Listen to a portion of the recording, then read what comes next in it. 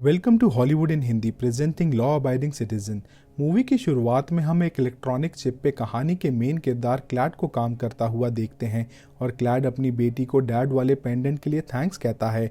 तभी दरवाजे पे खटखटाने की आवाज़ आती है और जब क्लैड दरवाज़ा खोलता है तो कोई बेसबॉल बैट से उसके मुंह पे वार करता है। दरअसल वो दो चोर होते हैं जो क्लैड के हाथ बांध देते हैं और उसकी बीवी को भी मारने लगते हैं। तभी एक चोर एम्स वहां का सामान चुरा रहा होता है और दूसरा चोर डाबी क्लैड के पेट में चाकू घुसा देता है और कहता है कि किस्मत से लड़ना बेकार है। फिर डाबी उसकी बीवी के पेट में भी चाकू घुसाता है और उसका रेप भी करता है और जैसे ही क्लैड की बेटी वहां आती है डाबी उसे भी उठा के वहां से ले जाता है, मगर क्लैड बंधा होने की वजह से कुछ नहीं कर पाता और एम्स भी ये सब देखता ही रह जाता है। कहानी चली जाती है 1 साल आगे, जहां हम निक को देखते हैं जो बहुत ही काबिल वकील होता है और वही क्लैड का केस भी लड़ रहा होता है।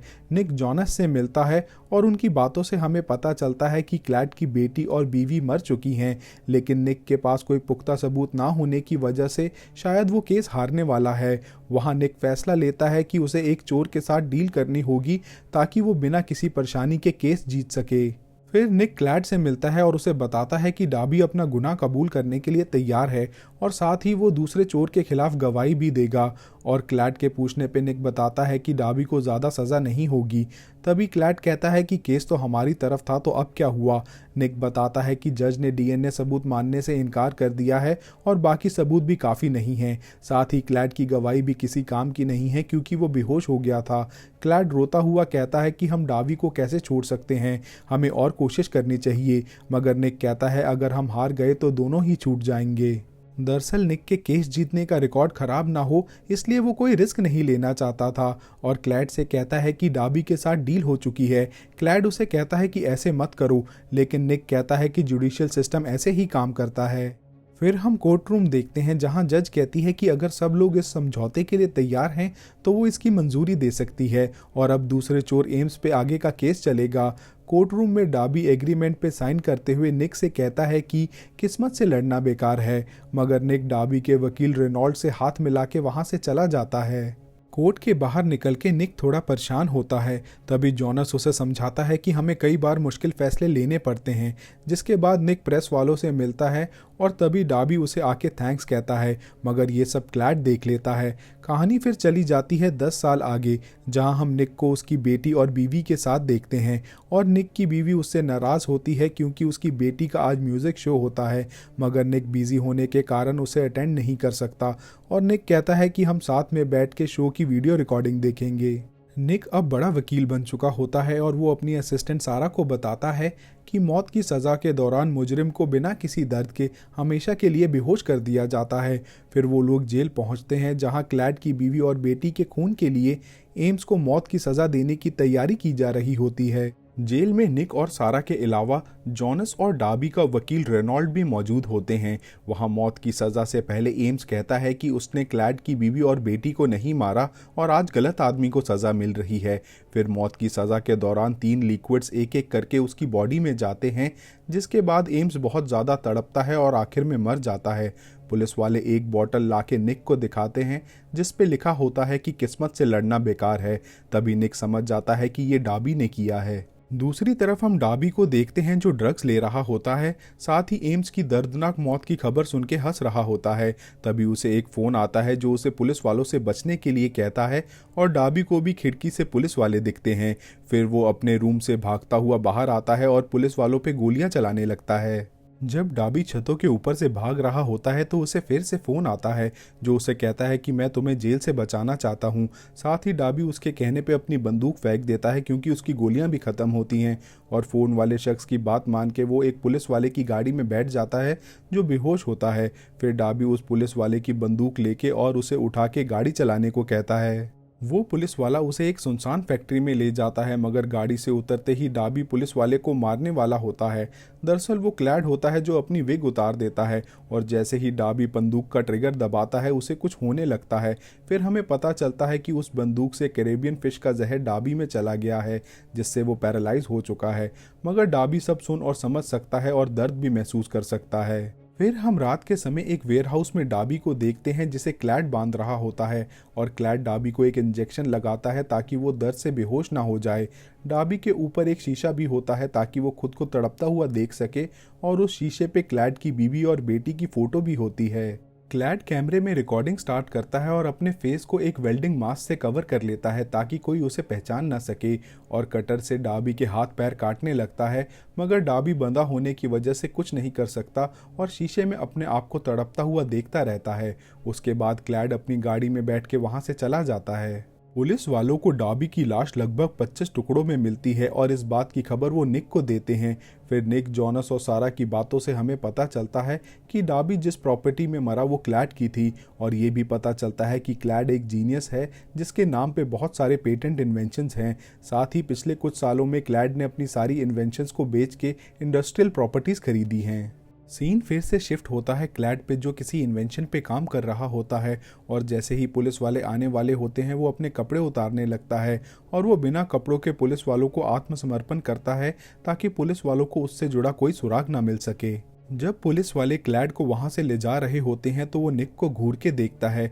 तभी निक की नज़र वहां खड़ी क्लैड की गाड़ी पे पड़ती है और जब पुलिस वाले निक के साथ क्लैड के घर की तलाशी ले रहे होते हैं तो उन्हें वहां लॉ की किताबें मिलती हैं। साथ ही निक अपने और डाबी की फ़ोटो को वहां लगा हुआ देख के समझ जाता है कि खून क्लैड ने ही किया है। फिर हम जेल में क्लैड को देखते हैं और हमें ये भी पता चलता है कि निक ये केस सरकार की तरफ से लड़ रहा है, मगर दूसरी तरफ हम निक की बेटी को वीडियो रिकॉर्डिंग वाला पार्सल लेते हुए देखते हैं।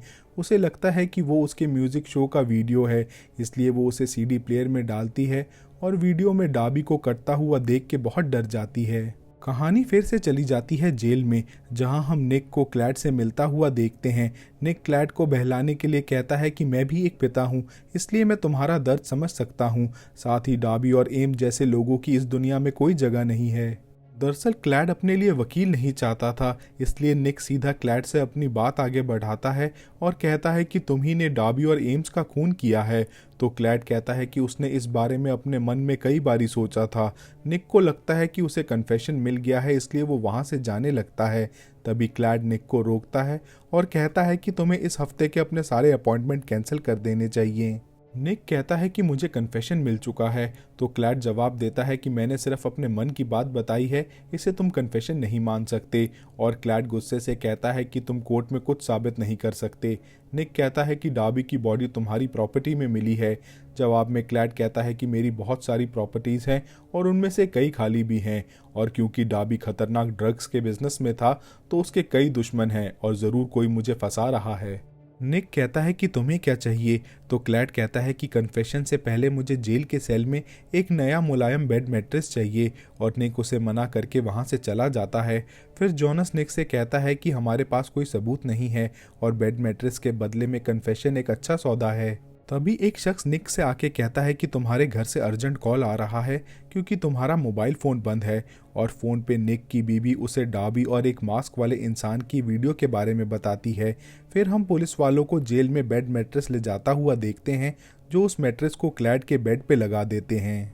दूसरी तरफ निक को फ़ोन पे अपनी असिस्टेंट सारा से पता चलता है कि क्लैड पहले डिपार्टमेंट ऑफ डिफेंस के लिए काम करता था और उसके पास 9 इंडस्ट्रियल प्रॉपर्टीज़ हैं, मगर पैनामा ट्रीटी की वजह से वो उन प्रॉपर्टीज़ का एड्रेस नहीं पता लगा सके। लेकिन निक को शक होता है और वो सारा से उन प्रॉपर्टीज़ की छानबीन करने के लिए कह के फ़ोन काट देता है। अगले दिन हम क्लैड को कोर्ट रूम में देखते हैं, जहां निक उस पे डाबी और एम्स के मर्डर का इल्ज़ाम लगाता है और बेल पे ना छोड़ने की अपील करता है। क्योंकि क्लैड ने कोई वकील नहीं किया होता, इसलिए वो अपनी बात रखने के लिए खुद खड़ा होता है। वहां हमें पता चलता है कि इस केस की जज वही लेडी है जिसने डाबी को समझौते के तहत छोड़ दिया था, और क्लैड अपनी बात रखते हुए कहता है कि उसका कोई क्रिमिनल रिकॉर्ड नहीं है, साथ ही उसके खिलाफ कोई सबूत भी नहीं मिला, इसलिए इंसानियत और कॉन्स्टिट्यूशन के मुताबिक उसे बेल मिलनी चाहिए। तभी जज ऑपोजिशन के पास कोई सबूत ना होने के कारण क्लैड की बेल मंजूर करने वाली होती हैं, मगर क्लैड कोर्ट रूम का मजाक उड़ाते हुए ताली बजाता हुआ जज से कहता है कि मेरे ऊपर 2 लोगों के खून के इल्ज़ाम हैं, मगर आप कानून की वजह से मजबूर होकर मुझे छोड़ रही हैं। जज क्लैड को चुप होने के लिए कह रही होती हैं, लेकिन क्लैड फिर भी चिल्लाता रहता है कि आपको कुछ नहीं पता कि इंसाफ क्या होता है, और यहाँ हर रोज़ मुजरिमों को ऐसे ही छोड़ दिया जाता है। जज उसकी बेल रद्द कर देती हैं और पुलिस वाले उसे वहाँ से ले जाते हैं। उसके बाद निक जेल में क्लैड से मिलता है, जहां वादे के मुताबिक क्लैड अपना कन्फेशन निक को देता है कि उसी ने डॉबी को मारा था। साथ ही जेल में एम्स की मौत की सज़ा के दौरान जो केमिकल यूज़ होने वाला था वो भी उसी ने बदला था। निक कन्फेशन लेके वहाँ से जाने लगता है। तभी क्लैड कहता है कि मेरे पास एक और कन्फेशन है और इसके लिए मुझे अच्छा खाना चाहिए जिसमें मीट, पास्ता और बाकी सभी चीज़ें हों, और साथ ही गाने सुनने के लिए आईपॉड। मगर निक वहाँ से जाता हुआ कहता है कि तुम्हारे पास बार्गेन करने के लिए कुछ नहीं है। तो क्लैड पूछता है कि डॉबी के वकील रेनॉल्ड की ज़िंदगी के लिए भी तुम मुझसे बार्गेन नहीं करोगे, लेकिन निक फिर भी वहाँ से चला जाता है। सारा को रेनॉल्ड के घर पे फ़ोन करके पता चलता है कि वो 3 दिन से गायब है। तभी हम क्लैड को कैमरे पे कहता हुआ देखते हैं कि वो अपने खाने का इंतज़ार ठीक 1 बजे करेगा। फिर हम खाने वाली वैन को जेल में आता हुआ देखते हैं, मगर जेल का वार्डन सब चीज़ों की तलाशी लेने में बहुत वक्त लगा रहा होता है। फिर निक जेल के सेल में क्लैड को खाना सर्व करता है और क्लैड के पूछने पे निक बताता है कि अभी समय 1:08 है। क्लैड खाने को एंजॉय करता हुआ रेनॉल्ड की लोकेशन बताता है और साथ ही निक को जाते हुए थोड़ी जल्दी करने के लिए कहता है क्योंकि वो 8 मिनट लेट होता है। निक भाग के हेलीकॉप्टर की तरफ जाता है और फिर वो लोग जेल से बताई हुई लोकेशन की तरफ उड़ जाते हैं। निक जब वहां पहुंचता है तो उसे रेनॉल्ड का बैग मिलता है। वो लोग वहां खोदना शुरू करते हैं, जहां उन्हें एक बड़े ट्रंक में रेनॉल्ड की लाश मिलती है जिसमें बहुत सारे ऑक्सीजन सिलेंडर भी होते हैं। साथ ही उन्हें पता चलता है कि रेनॉल्ड की ऑक्सीजन सप्लाई 1:15 पे ही बंद हुई थी और उन्हें वहां पहुंचने के लिए भी 15 मिनट लगे थे। तो अगर क्लैड को खाना टाइम पे मिला होता तो शायद रेनॉल्ड बच जाता। दूसरी तरफ जेल में क्लैड खाना अपने सेलमेट के साथ शेयर कर रहा होता है, मगर जब खाना खत्म हो जाता है तो क्लैड एक मीट की बड़ी हड्डी छुपा लेता है और अपने सेलमेट को म्यूजिक प्लेयर के रिमोट में उलझा के उसकी गर्दन पे उस हड्डी से वार करके उसे मार देता है।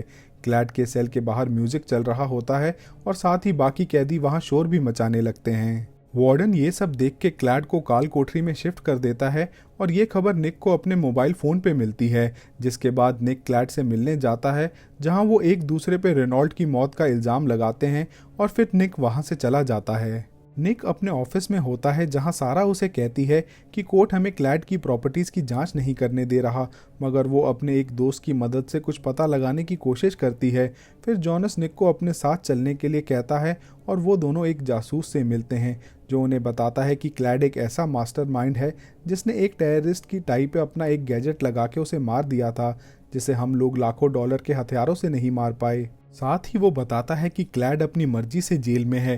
निक पूछता है कि हम क्लैड को कैसे रोक सकते हैं। जासूस कहता है कि तुम उसे नहीं रोक सकते और जो भी उस केस से जुड़ा है वो मरेगा, और वहाँ से चला जाता है। जॉनस और निक उस लेडी जज से मिलते हैं और जेल में क्लैड की सिक्योरिटी बढ़ाने के बारे में कहते हैं ताकि वो किसी से बात ना कर सके। जज उनकी बात मान के एक डॉक्यूमेंट पे कुछ दिन की परमिशन दे देती है। तभी जज एक कॉल अटेंड करने के लिए अपना मोबाइल उठाती है और जैसे ही उसे अपने कान पे लगाती है तो एक धमाका होता है। फिर जॉनस और निक जज की लाश देख के थोड़ा डर जाते हैं। निक फिर से क्लैड से मिलता है, जहां वो उसे कहता है कि तुमने जज को मार दिया और ये सब तुम बदले के लिए कर रहे हो। तो क्लैड उसे गुस्से से कहता है कि अगर मुझे बदला ही लेना होता तो मैं तुम्हें और तुम्हारे परिवार को कब का मार चुका होता। मेरी लड़ाई इस खोखले कॉन्स्टिट्यूशन सिस्टम से है। निक कहता है कि जेल में जो भी तुम्हारी मदद कर रहा है उसे सज़ा ज़रूर मिलेगी। तभी क्लैड एक डील रखता है कि सुबह 6 बजे तक मुझ पे लगे सारे आरोप हटा के मुझे रिहा कर दो, नहीं तो सब मरेंगे। उसके बाद निक सारा को फ़ोन मिला के सभी कैदियों की फाइल जेल में मंगवाता है ताकि क्लैड का साथ देने वाले को पकड़ सके। निक के साथ काम करने वाले जेल पहुंचते हैं, जहां हम सारा को पार्किंग एरिया से बहुत सारी फाइल्स ले जाता हुआ देखते हैं।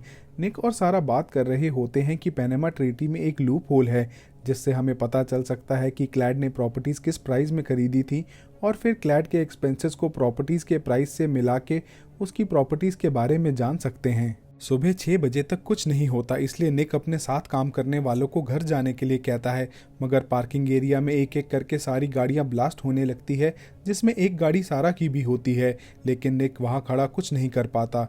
फिर निक को पता चलता है कि फ्यूल टैंक में बॉम्ब था, इसलिए सिक्योरिटी भी उन्हें नहीं पकड़ सकी। उसके बाद निक और जॉनस शहर के मेयर से मिलने जाते हैं, जो उन्हें सब कुछ जल्दी से ठीक करने के लिए कहती है और साथ ही उनकी सुरक्षा के लिए उन्हें सिक्योरिटी भी देती है। सिक्योरिटी की मदद से निक अपनी बीवी और बेटी को सुरक्षित जगह भेज देता है। फिर निक और जॉनस अपने मरे हुए साथियों के अंतिम संस्कार पे जाते हैं और जब वो पूरी सिक्योरिटी के साथ वापस जा रहे होते हैं तब हम एक रिमोट कंट्रोल्ड हथियार वाली गाड़ी देखते हैं जो जॉनस की गाड़ी पे एंटी टैंक बुलेट्स बरसाने लगती है और फिर एक बड़े धमाके से उसकी गाड़ी उड़ा देती है और निक वहाँ खड़ा बेबस होकर देखता ही रहता है। फिर मेयर एक मीटिंग में इमरजेंसी डिक्लेयर करके पूरे शहर में कर्फ्यू लगाने का ऑर्डर देती है। साथ ही हम शहर में सुरक्षा को बढ़ा हुआ देखते हैं और जब निक ऑफिस में होता है तो उसे सारा की ईमेल में एक मेल दिखता है जिसमें क्लैड ने इंडस्ट्रियल प्रॉपर्टीज कितने में खरीदी वो प्राइस लिखे होते हैं।